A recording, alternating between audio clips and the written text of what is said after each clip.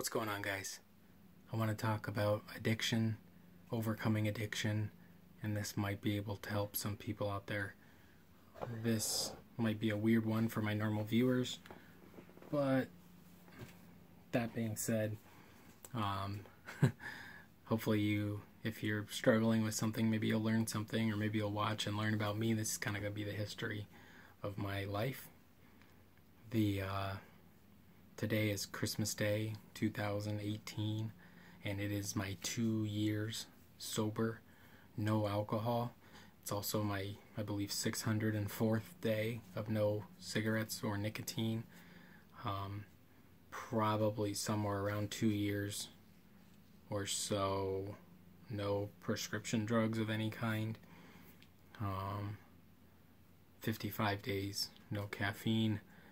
And 0 days, no sugar, but we're working on that. Anyway, I want to get into, maybe every time I post on social media, sometimes people want to ask me about it or congratulate me, and I just thought maybe people might want some help or some perspective on somebody that's done it. And this is how painting saved my life. And we're going to start with the beginning. So I was born in 1985. We lived in a townhouse, I don't remember. Then we moved into this house that I'm currently in right now. As far as I can remember, I had a good childhood. We went on vacations to things like SeaWorld and Knott's Berry Farm and Disneyland, and we used to go to Vegas a lot to visit my mom's family. I'm wearing a Hofbrauhaus beer garden shirt from Munich, but never mind that. Just because I'm sober doesn't mean I'm going to throw away good clothes. But my parents, my dad owned a bar, my mom was a stay-at-home mom, both drinkers, maybe alcoholics, I don't know, I can't define it, but probably for my mom, she's more likely abuses substances, and it's always been a Dr. Jekyll and Mr. Hyde situation where there's always yelling and screaming and fighting and throwing Blockbuster videos and remote controls at my dad, and yeah, he would yell and not fight, but yell back in return, never physical in return, retaliating, as far as I remember. They are still married today, and it's currently where I live, but we'll get to that. So my dad was always, he owned a bar and he would always drink, but he was more of like a sleepy drinker, so he would drink and then he'd go to sleep. My mom's like a super violent, angry drinker, and I was always like a happy, fun drinker, like, yeah, generous, happy, fun, want to keep the party going kind of thing. Last call was never stopping me from having a really good time, which always turned out in just blacking out and not remembering it anyway. But my childhood, I remember some of my earliest memories are my parents fighting, and also normal like school and fun things too, so it's weird.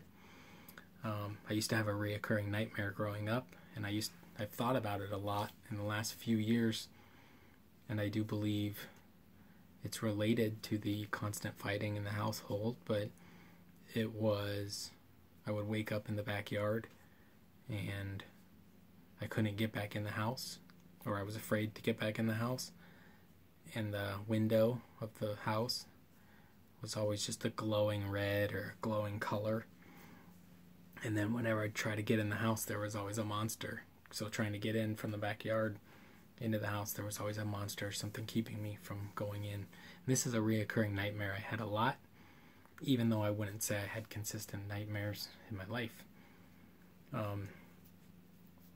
So around 96, when I was 10 or 11, I guess I always used to like drawing and painting.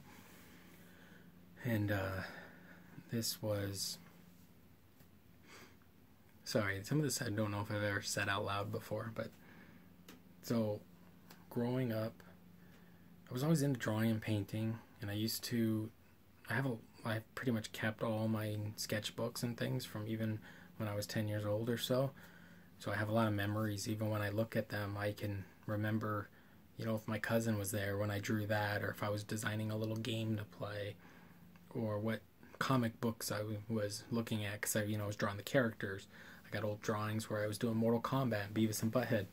Nowadays, what I was drawing probably wouldn't be allowed in schools because it was super violent, but back then you were just drawing, fiction, sci-fi, Mortal Kombat, whatever, that kind of stuff. Now maybe I'll show them off sometime. I do love the fact that I kept them, but there's a lot of, there's a lot of drawings that I'm glad I kept them, but in middle school and high school, so we'll move on to there, it was still my mom and dad fighting all the time when they're drinking, generally not when they're sober, except for fast forward now to 2018.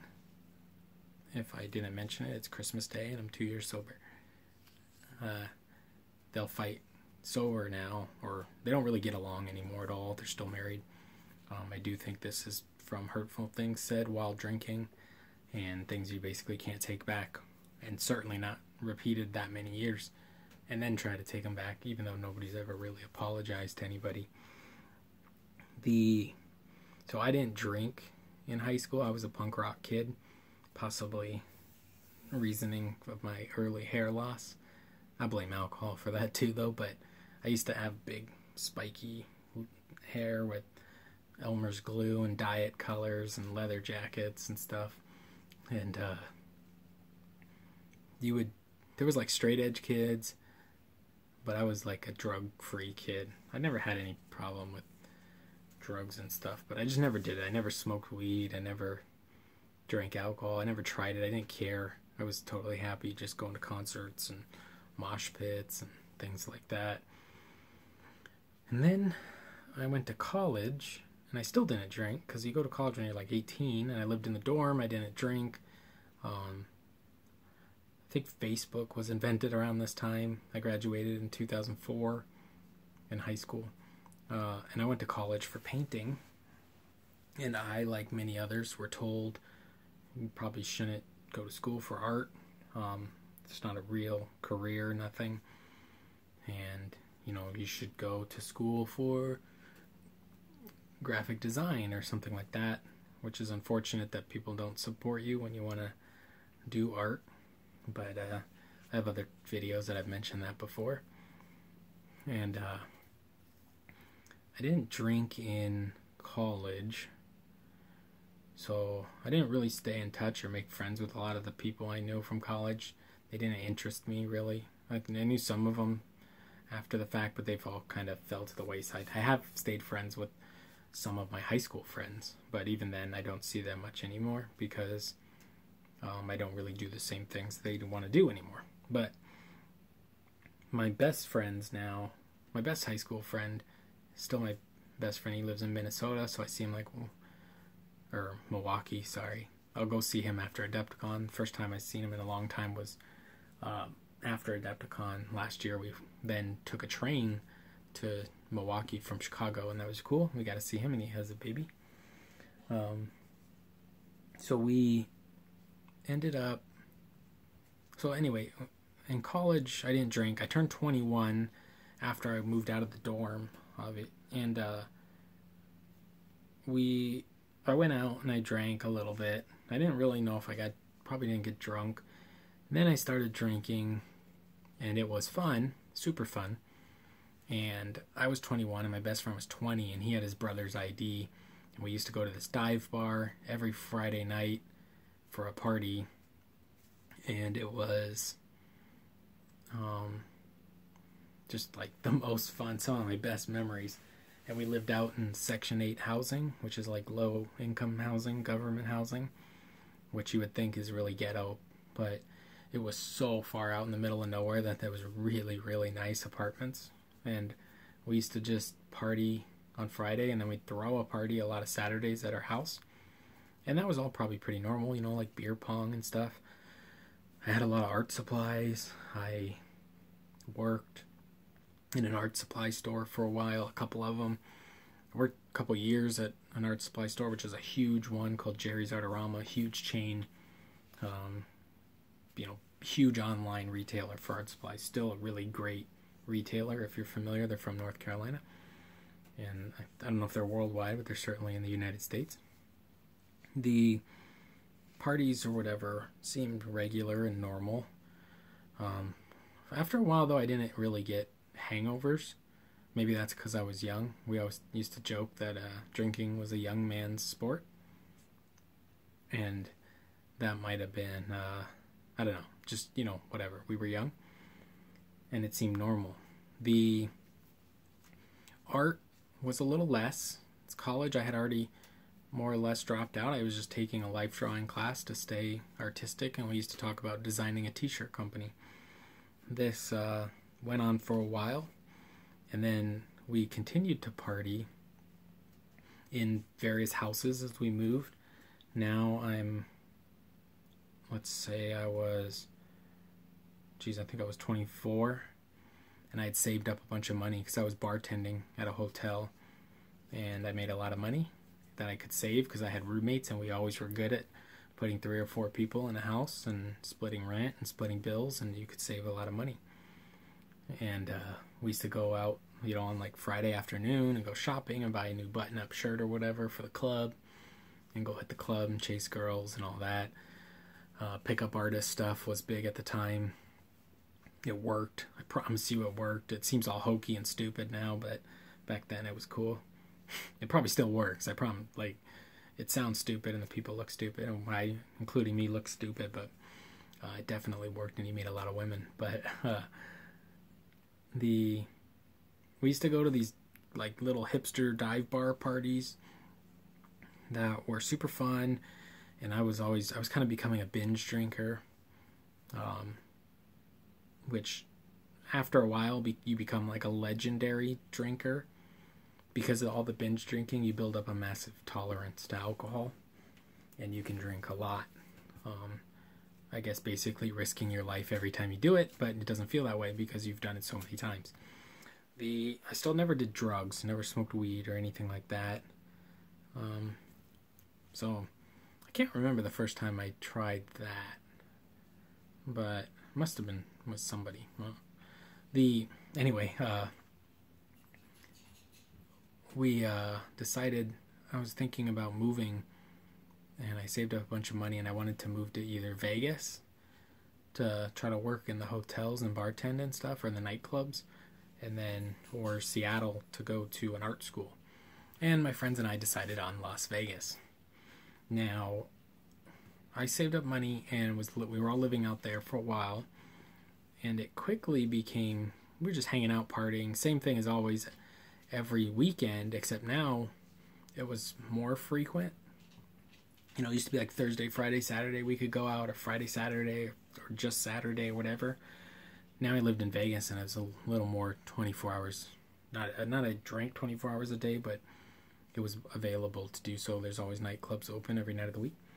And my buddy met a guy at the Luxor, and he got us a job at a nightclub called Cat House, which got us into nightclubs.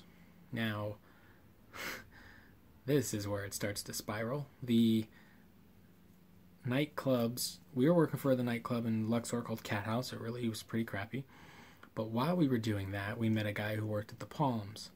And you probably don't know this nowadays, but back then, the Palms was over the top awesome. This is before the popularity of XS, and even Tao and stuff was still around. There was no Omnia or any of those lame clubs, but that just overpaid big DJs for lame people to go watch stupid DJs. This is when there were still really good hip-hop artists that would play at the club, and that's what people wanted to see.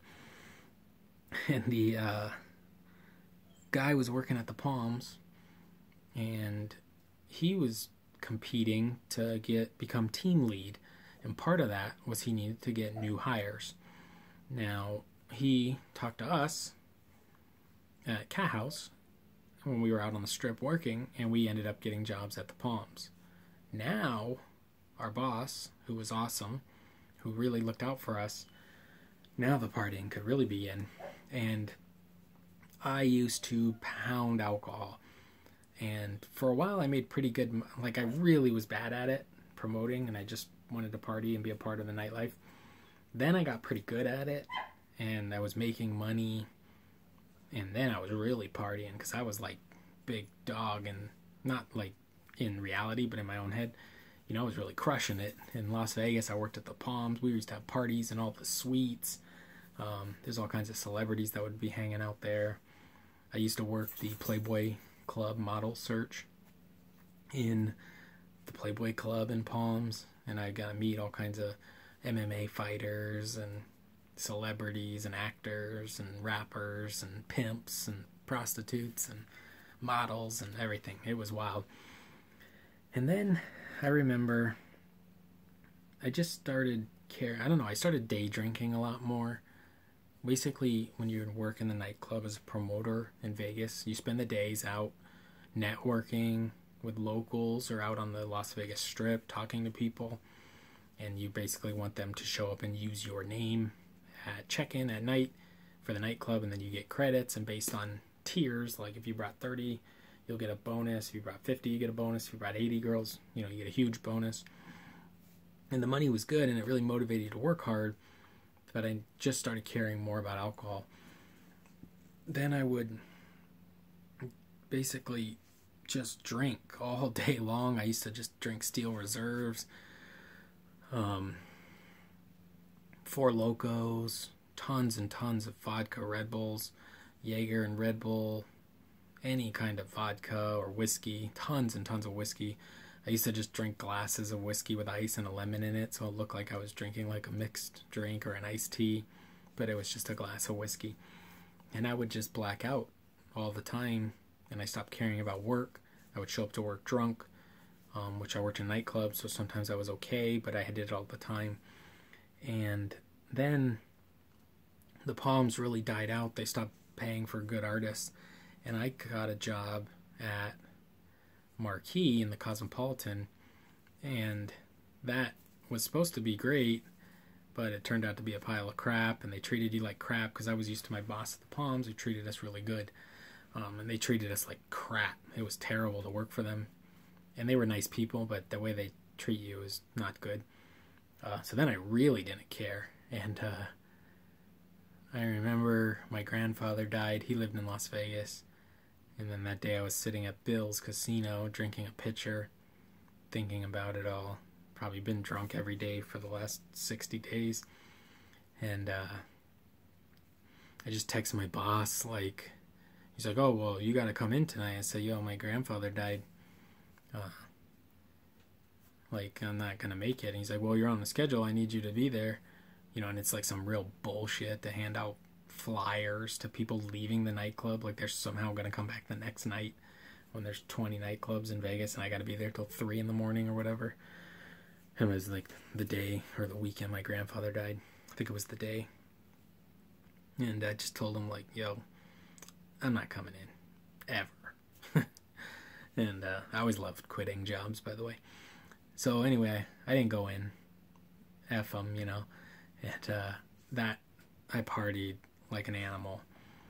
And at this, not that day, but at around this time, I was doing like some bath salts when that was a thing, because I got some free samples from a porn convention I worked at, and like the AVN Awards or whatever it's called. When I was working for the Palms, we got free drugs basically at conventions, like the legal ones that aren't technically illegal until they eventually make them illegal. So if they have a short time where they're legal, they give them out because they want you to buy them. I think like normal drug dealers do that too. But so the next morning I woke up, because I posted about how I quit my job. The next morning I woke up with a job at Surrender in the Wynn. And this was cool. So I quit my job, and before I even woke up hungover the next day, I already had a new job. Fantastic. So I went and got a job. Then I failed my background check because I had a warrant out for my arrest that I didn't know about. And so then I got fired from the Wynn because you can't have a warrant and work for the Wynn, which is like the nicest property in Las Vegas. So then that went to hell. Then luckily my original boss from Palms started working for Light Group because they were opening up a club in Mandalay Bay called Light, which was awesome. Now this time I really was day drinking hard, like 15. I just remember one day somebody's like, "What have you been doing all day?" And it's like, I drank 15 double cherry vodka Red Bulls for like the afternoon. Then I was gonna go to work and party. By this time I went broke. I was super broke, but getting drunk was more important. So if I got like an $80 paycheck for the week, that meant like $20 worth of food and like $60 worth of alcohol, because I couldn't go work if I wasn't going to drink while I'm on the strip. You know, that was crazy. And it's just interesting that addictions are like that you can put something's value way above other things in your life that are clearly more important, like paying your bills. I used to also drink with a lot of homeless people on the strip. I just sit down with them in my suit from working in the nightclubs or whatever, and I used to just sit there with the homeless people and talk to them about their lives. And thinking about it now, I assume I was prepping myself because I could see it. I could picture it happening to me. And I got lucky in Vegas. I didn't get like hurt or robbed or anything, but I could just, it's like you want to know what it's going to be like, I guess, because you could see it coming down the road. And if you deal with addictions, I assume if you really think about it, it might be hard because you might still have the influence inside you. But if you analyze, I guess, your behavior after the fact, hindsight's 20/20, maybe, you'll realize some clues. But it should have been a clue when I was borrowing money from my parents to pay my own rent, because my paychecks were so bad because I didn't work. All I wanted to do was just drink. And luckily, I never got into drugs, like cocaine or ecstasy, which was super abundant in Las Vegas. I could have very well been doing that as well.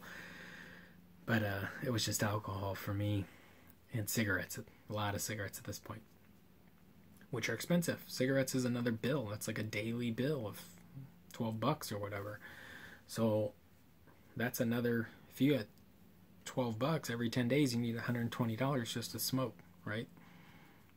Plus, if you want to drink, you need another $100. No, $300. So you got a $400 or $500 addiction every, 2 weeks, $1,000 a month on this, and that's just the beginning, right? So it's just, I don't have any rhyme or reason on how I'm going to lay this out. So hopefully, if you're dealing with anything like this, you're still watching. But the partying became bad. Like, it was only about getting just obliterated. And I used to use that word, I'm going to get obliterated. I'm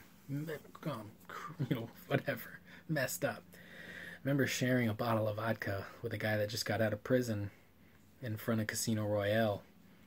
And it just didn't seem like it was too bad, like, because these people, there's the prison, like in Vegas, I think it drops you off downtown or whatever when you get out, and then they they don't have anywhere to go. They don't set you up with a job or anything. So you meet a lot of these characters when you're hanging out on the strip: drug dealers, pimps, prostitutes, criminals, whatever, homeless people.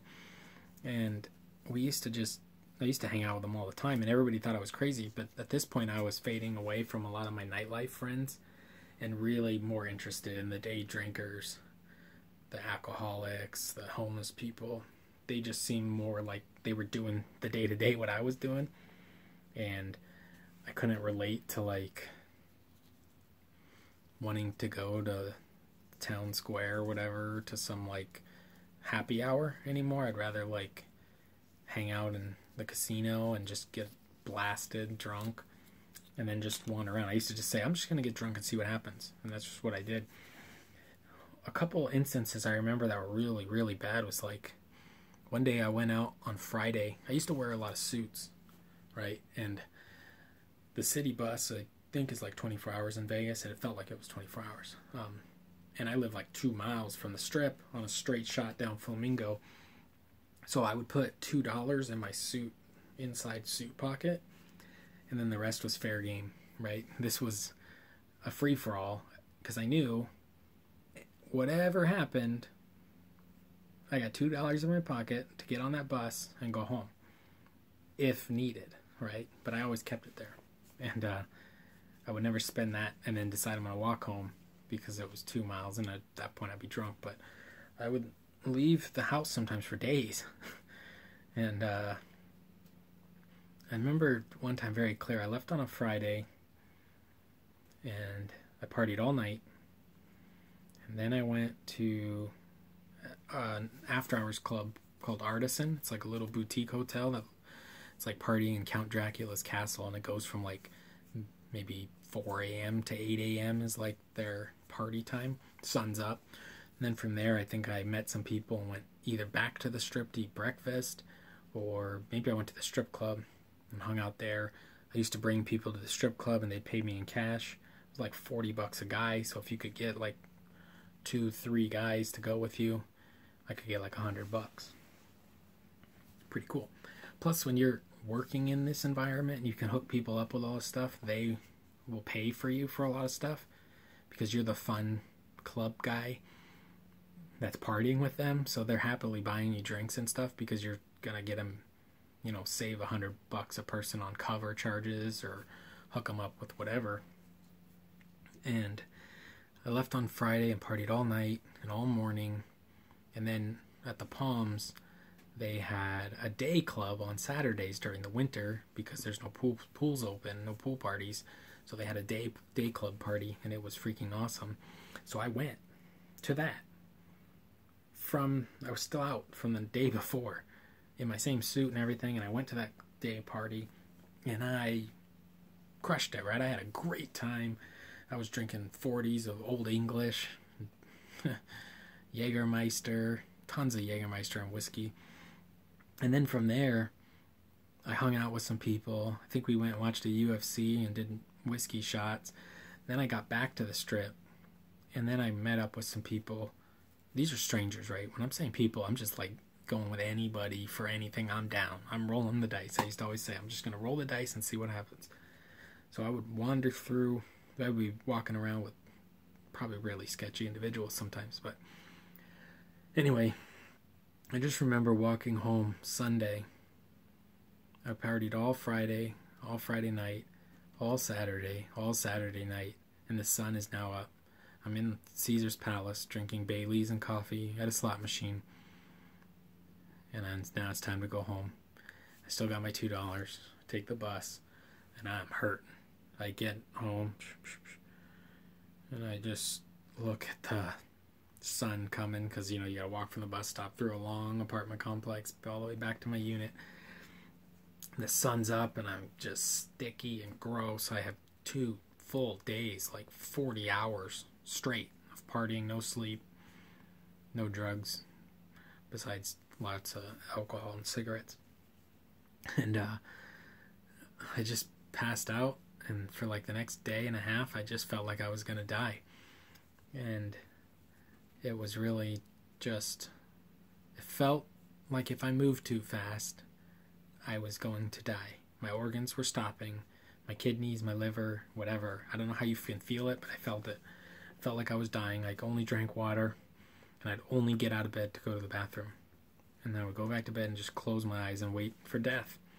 And this wasn't enough, right? This wasn't the end. This just meant next time I can't do that for 2 days, right? You can't go out for 2 days, but you can certainly still do 1.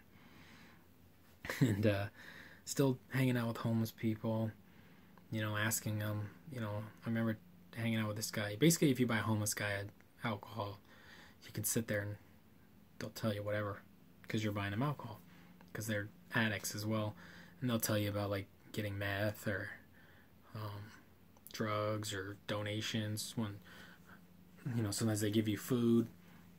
I still had food at the apartment, but they would give you food. Like I met a homeless guy with no teeth, so he gave me his chips, like a nice bag of chips, because he couldn't eat them, that he got from the like food bank or whatever they're called.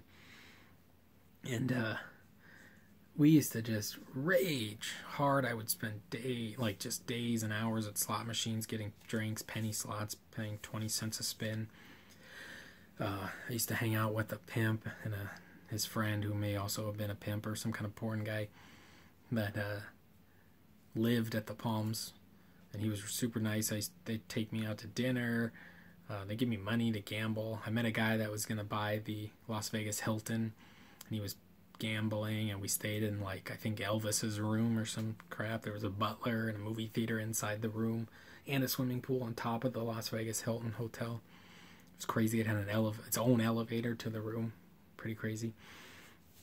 And so there's a lot of fun memories for it, but then I lose everything, right? I have hit rock bottom, maybe.